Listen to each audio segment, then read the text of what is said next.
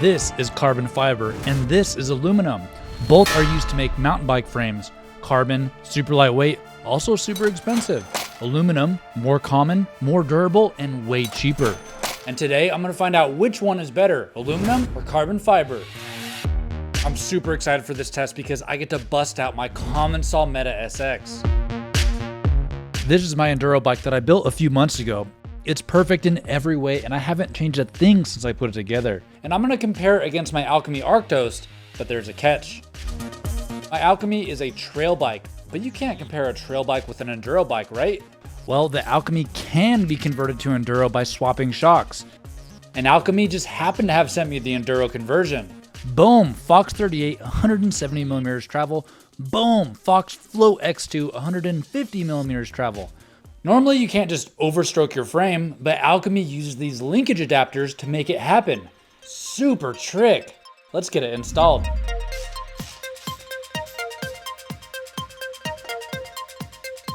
Boom, look at that thing. Woo, baby. Boom, look at that. Oh man, so sick. I don't know why I keep saying boom. I'm just super excited. Enduro long travel bikes are so much fun, and I think every skill level would have a blast on an enduro. And don't let anyone tell you that you can't ride one because you're not sendy enough. These beefier shocks didn't even add that much weight. It looks like I now have a 34-pound enduro bike. Let's go shred. I'm out here at my local trail, and on paper, this now Arctos 150 should be better than the Commencal in every single way. It's lighter, has nicer suspension, nicer wheels, and has a super fancy linkage design that I loved in the trail setting. Then the Commencal, it's kind of tanky. It has a single pivot linkage system, and it has that pesky shock that everybody freaked out about and called it an XC shock. Oh nice, I'm about to drop the hammer. Let's hit this drop, no warm up.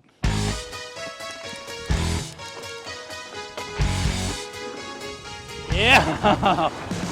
Oh, this bike feels kind of small actually. I wonder if I messed with the reach. Huh. Definitely way different feeling. Whoa. Dude, that was weird. I just got like a weird kick or something. Even though I've only dropped in once, that felt strange. And this Alchemy is made to convert to an enduro by swapping shocks, but it completely transformed the feel and the fit of this bike. If you compare the before and after pictures, you can see the drastic change. The reach is shorter, stack is higher, bottom bracket higher. It felt like a completely new bike, but that doesn't mean that it was better. Whoa, a weird kick there.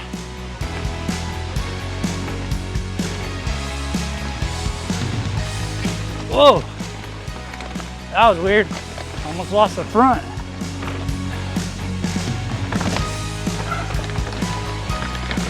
Whoa. Whoa. Whoa. Dang, the front end is so nervous. Dude, this ride is cursed. I keep almost crashing, but I think I should go home, figure this bike out, and actually take it to somewhere proper to test. Shall we go to a enduro shuttle park?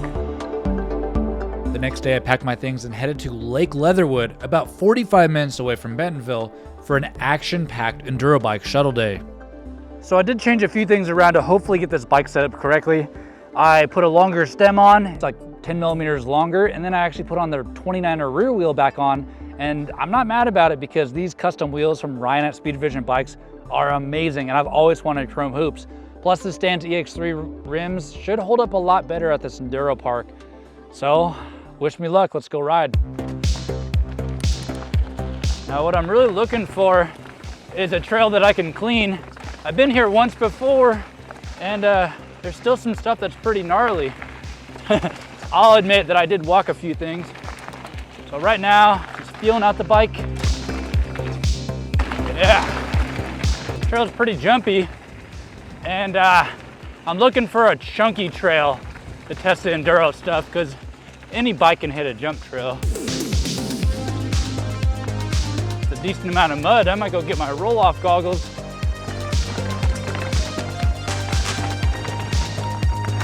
All right, a little chunky. Well, I got a little bit of chunk, but man, I'm still having like a really nervous front end where I start going over bumps and my bars start kind of swapping side to side. I don't know what to do about that. If you have an idea, let me know, but let's keep hitting it. I then paid the shuttle driver and headed up thinking about what settings I could change on my bike. And for the next few hours, it was just me making a small change on the shock, hitting another run, finding a different trail that I could test this bike on, and repeating the process over and over and over again. Nope, still not right. Oh yeah, here's some chunk. Dang, still not right.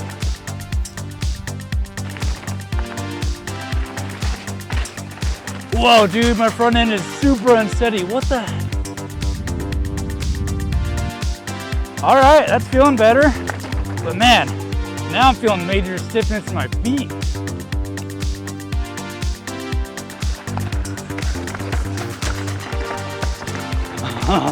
Yeah. At this point, it was getting a little bit frustrated, but I feel like I was making some progress, finally. Yeah, that was a fun drop. Never hit that one before. But my struggles on this Alchemy could just be the carbon frame being too stiff, but I think it's actually the Fox factory shocks. There's just too many adjustments for a casual like myself. But I actually just remembered a comment that I got from Misty, and she said, all this technicality and numbers for mountain bikes is just boring. All these millimeters, degrees, mullet, suspension stuff, it's just annoying. You don't need to be a rocket scientist to ride a bike. It's not the bike, it's the rider. And you know, in a way, that's true. I just need to stop complaining and I just need to send it. With Missy's encouragement, things were going well. I made a friend and he towed me into the trail called DH5, and this is the trail that I'm gonna do the test on.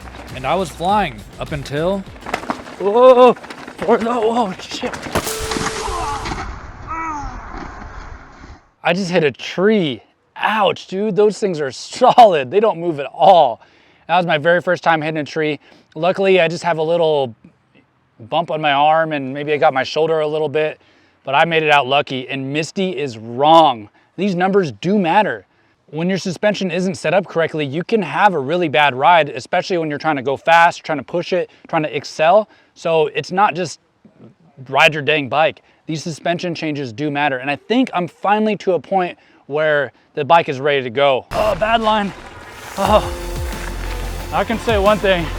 This bike still jumps well. It's a great jumper, despite the issues. Oh, almost went down. Got the front end nervousness. I hate it. Opposite foot, oh no.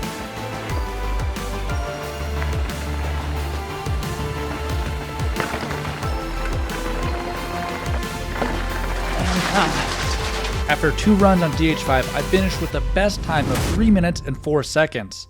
But that means it's time for the Commencal. So I headed back up the hill, grabbed my beloved Commencal Meta SX with no warm-up or test runs. Oh yeah, I saw a kid completely destroy his rim. Oh, fuck, dude. But it was time to find out what's better, carbon or aluminum. All right, got the Commencal run. This bike feels way different. Yeah, even though the reach is about the same, it's way more upright. Right. Feels taller. The suspension, wow, it's like accelerated out of the turn, really nice. Handle that better. Yeah. And I'm on my favorite brakes with Shigura's. Way more confidence that way.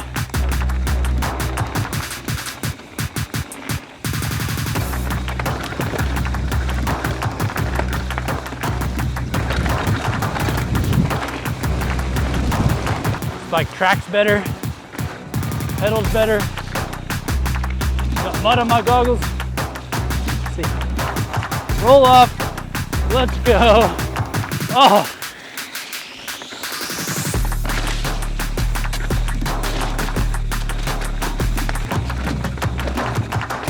Whoa.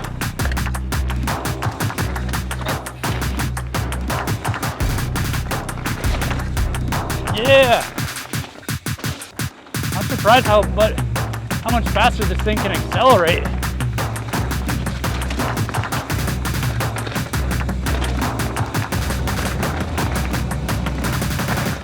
And time. Whoa, big mud puddle. Without even checking the times, I could tell that this run was much faster. Gotta make the shuttle. We came here testing carbon versus aluminum, but we learned a lot more than that today. Obviously, this test was far from perfect. These bikes have different geometry, different suspension, but to me, the biggest thing learned today was the more settings you have for your suspension, the easier it is to miss and have a really bad suspension setup. And it's just proof to me that I'm not a fan of Fox factory suspension. But I can say that the aluminum frame muted the chatter I felt through my feet. Plus, I'm not worried about scratching an aluminum frame, but I am worried about destroying a $3,000 carbon frame. Shoot, I've already scratched the Commencal big time twice already, and I could care less. It's a beater bike, and that's how enduro bikes should be. But the times. Let's have the numbers speak for themselves. I did 2 runs on the carbon bike, then 1 on the Commencal with no warm-up at all, and the aluminum bike beat the carbon time by 11 seconds. Heck, I even did a final run on DH2, what you're watching now, and was a second faster, even with me stopping and scoping out the drop that I hit for the first time. And that's proof to me that aluminum is better. Yeah, whoa. Oh man.